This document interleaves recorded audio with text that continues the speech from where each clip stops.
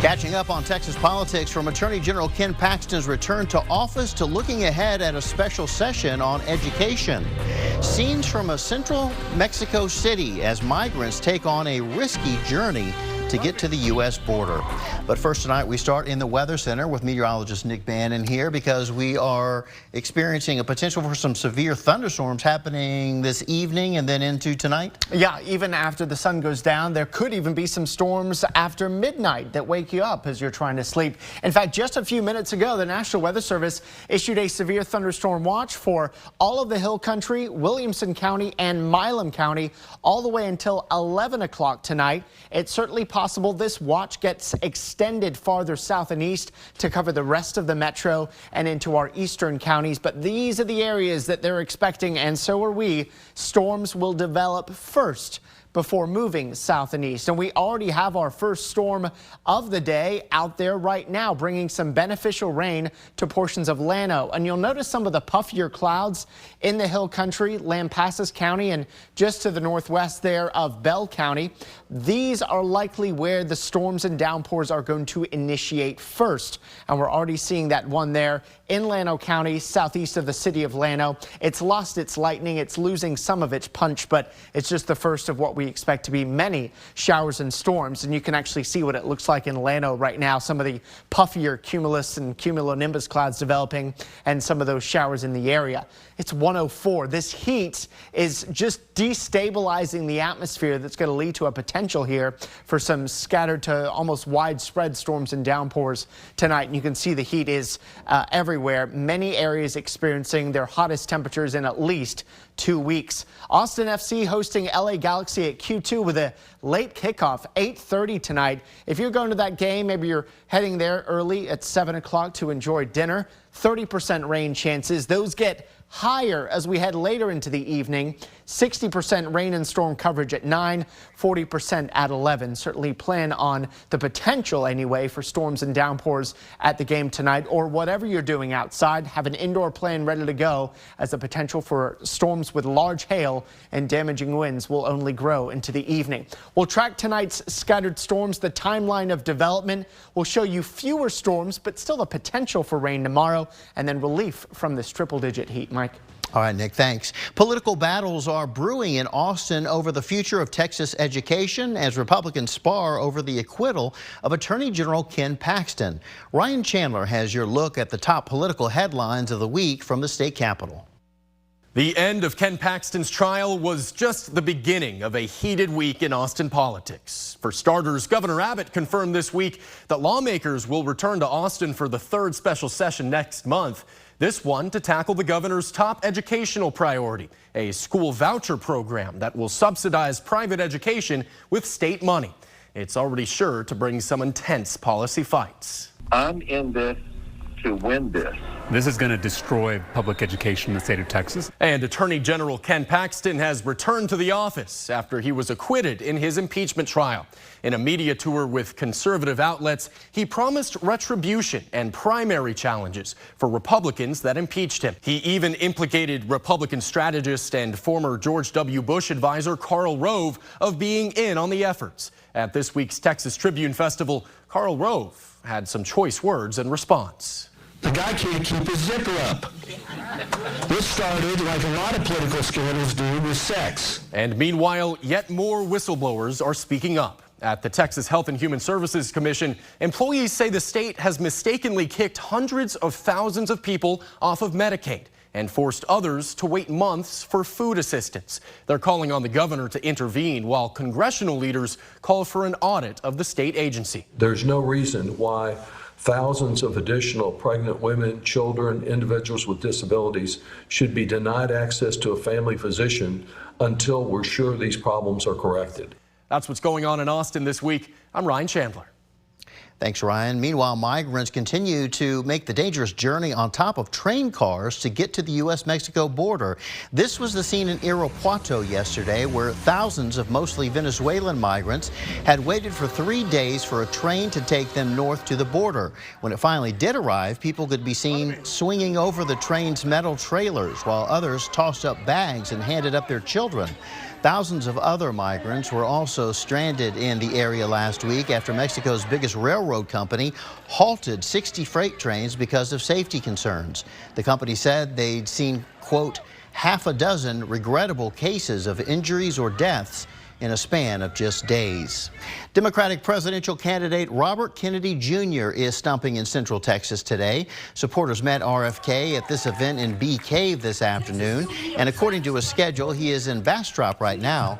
Kennedy says this is the most polarized the country has been since the Civil War, and he says he wants to bridge that divide. I'm going to have a bipartisan government. I'm going to bring the best people in from every political party who really want to solve problems. Meanwhile, a new national NBC News poll gives some insight into the two presidential frontrunners, President Joe Biden and former President Donald Trump. The poll shows Trump has nearly 60% support over his Republican challengers. 3/4 of voters say they're concerned about President Joe Biden's age and mental fitness, while nearly 2/3 have concerns about the multiple trials former President Donald Trump faces. The poll shows Biden and Trump are in a dead heat if the election were held today. The Texas Sierra Club launched its Central Texas Clean Energy campaign with a block party today. The Public Power Block Party kicked off the campaign by showing community members how they can shift to clean energy and reduce the cost of their utility bills. It was also a way to encourage community members to get involved and give their input on Austin Energy's resource generation and climate protection plan, which is focused on producing electricity while also meeting clean energy goals. The only way we're going to win social change is if we are building people power.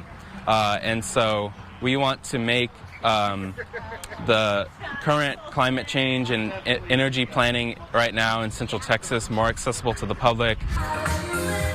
The event also featured live music, guest speakers, and many solar-powered car races. As Project Connect gears up for its federal funding process, Austin transit leaders reflected on the past year of transportation development in the Texas capital. Nonprofit Transit Forward and urbanist group Aura hosted an event today to discuss the latest mass transit news. It comes as officials prepare to begin a roughly 2-year process to try and secure up to half of the light rail's costs from federal grants and funding. Alongside improving Austin congestion and mobility, leaders stressed the importance of mass transit in helping reduce carbon emissions and meeting the city's climate goals. The work that we're doing today is work that will spur economic development and connect us to a safer and cleaner Austin and a cleaner planet. KXAN digital reporter Kelsey Thompson has more details on the light rail's federal funding process online right now at KXAN.com. Still to come, samples from outer space that have the potential to answer long-held questions about the universe and life here on Earth. And major flooding on the East Coast after Tropical Storm Ophelia made landfall yesterday. Stay with us.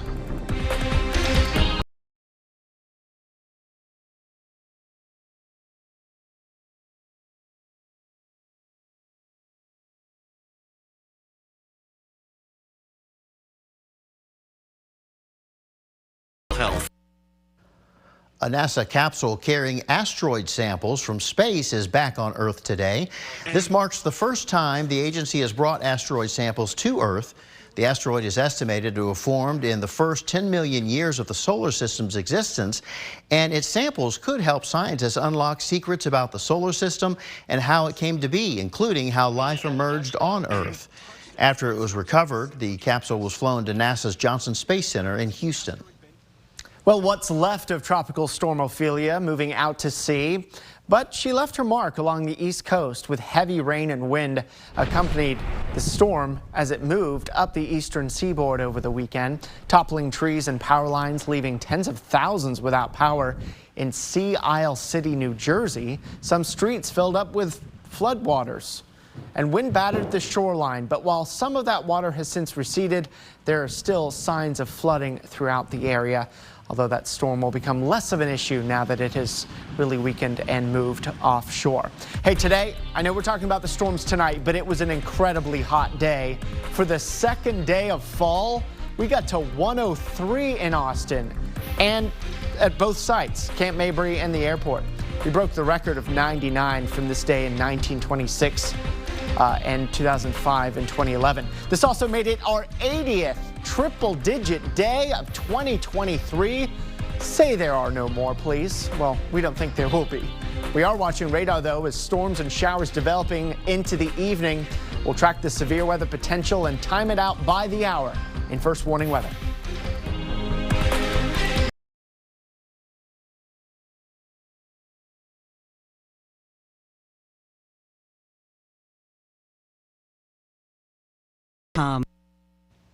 Usher's got a new confession. He is headlining the 2024 Super Bowl halftime show in Las Vegas. In a press release, Usher called it the, quote, honor of a lifetime and a moment to cross off his bucket list. The Super Bowl halftime slot is one of the top viewed television events of the year. According to Billboard, Rihanna drew the most watched halftime in February with more than 121 million viewers, narrowly beating Katy Perry's performance in the Super Bowl of 2015. Super Bowl 58 will be broadcast on Sunday, February the 11th of next year. Well, otters are usually shy animals that are rarely seen, according to the Texas Parks and Wildlife Department, but one KXAN viewer was lucky enough to spot a few. Take a look at these little guys. The otters were swimming at Granger Lake, a reservoir on the San Gabriel River.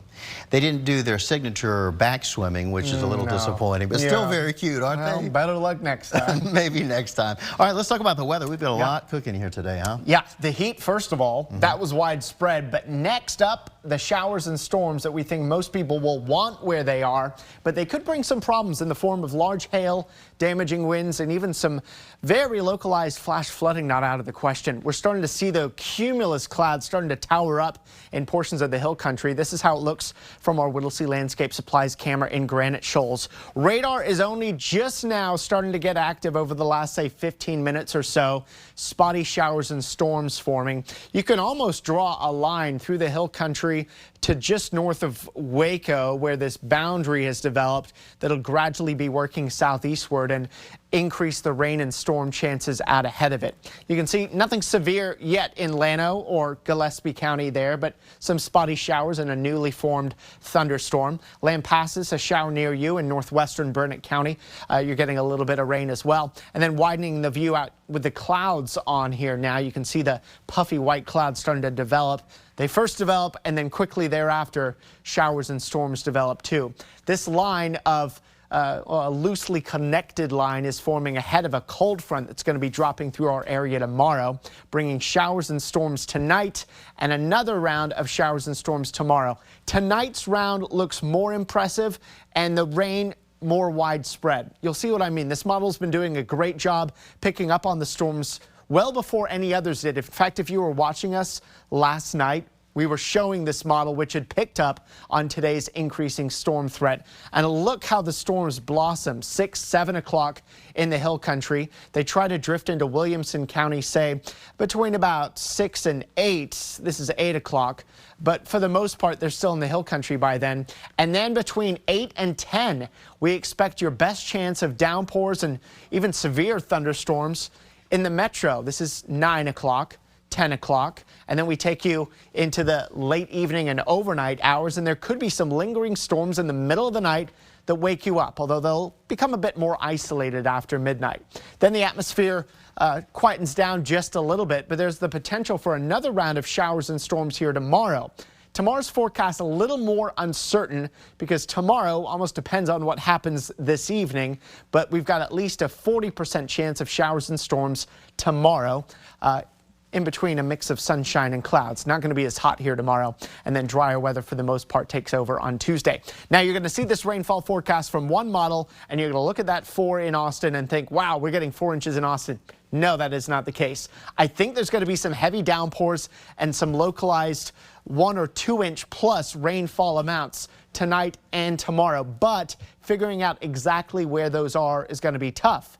Now, I do think widespread amounts, 1/2 inch to 1 inch, look like a good bet. And you can see here that we're all under at level 1 out of 4 flash flooding threat here this evening and tonight. I think our primary concerns are going to be large hail, 1 to 2 inches in diameter, and damaging winds. If you have the car outside and you can park it in a carport or a garage, you may want to do that now before these storms start to pack a punch. Our forecast tonight, 60% rain chances, 75 for the overnight low, and then tomorrow those chances drop to 40%, so still the possibility there, in between a mix of sun and clouds and a high of 95. Tomorrow's severe weather risk is lower, and it's generally Austin and south, a 1 out of 5 for more large hail and damaging winds. Just a low 10% rain chance on Tuesday. The rest of the week mostly dry in the low to mid 90s. We see 10% shower or storm chances returning for the weekend. This is KXAN Sports, brought to you by Thomas J. Henry. Cowboys are in the desert taking on the Cardinals in sunny and hot Glendale, Arizona, a place in which the Cowboys seem to struggle often. They were down 9-0 early. Cowboys down 13-21 now. Touchdowns from James Conner and Rondale Moore were touchdowns for the Cardinals. Rico Dowdle scored a touchdown for Dallas on a 15-yard pass from Dak Prescott. So right now, Cardinals holding on to an 8-point lead over the Cowboys. They have the ball with just under 9 minutes to go in the third quarter. Houston at Jacksonville. We pick it up in the first quarter. C.J. Stroud looking to have another good performance to build off of his performance last week. And he finds Tank Dell down the middle, and he hauls it in at the 1-yard line. That's a 46-yard completion. That would set up a Dameon Pierce touchdown to make it 7-0 Houston. Then second quarter, Stroud finding Brevin Jordan on the 4-yard touchdown pass, 14-0 Houston. But how about this in the third? Andrew Beck, a former Longhorns fullback with the Texans up 7, takes the kickoff after it bounces on the ground, picks it up, gets to the outside, and Andrew Beck showing off the most deceptive speed you'll ever see. He gets into the end zone. That's an 85-yard kickoff return for a touchdown for Beck. Houston wins it 37-17, their first win of the season. They'll host the Pittsburgh Steelers coming up next Sunday at noon. College football, Texas had plenty of big hits and big plays in store for Baylor. We'll recap their dominant win over the Bears when sports continues after this.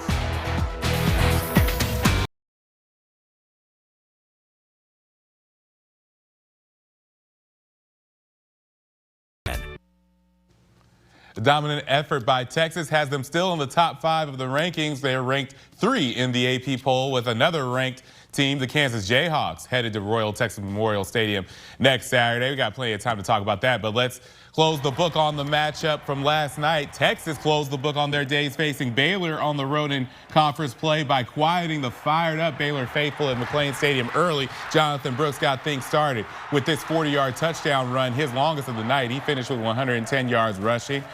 Back-to-back weeks, he's had over 100 yards rushing. Quinn Ewers ran for a 29-yard touchdown himself, and he also threw a touchdown pass and threw for 293 yards as well. The defense, though, can't forget about them. They stopped Baylor from scoring a touchdown in the red zone 4 times, a total effort by Texas that was strong from start to finish. Let's not take winning for granted. You know, it was almost like, okay, let's get ready for Kansas. Like they do have a great mentality right now, but like I said to them in the locker room, we have a bunch of guys in that locker room that endured 5-7 a couple years ago that came into this stadium and lost a really tough ball game. And so I wanted to make sure that we appreciate these wins. You know, going on the road in a hostile environment at night, blackout game, and our guys just showed such great composure. You know, it was very businesslike. It was, this is what we came here to do. Let's go do it. And then, okay, the game's over. Let's get ready for next week. And I want to make sure we appreciate these wins. These are tough wins to get on the road in conference play, and to kick off conference play 1-0. That's a big deal. MLS Austin FC, big game tonight with the LA Galaxy. Kickoff set for a little after 8 o'clock. Here's what head coach Josh Wolf has to say on the matchup.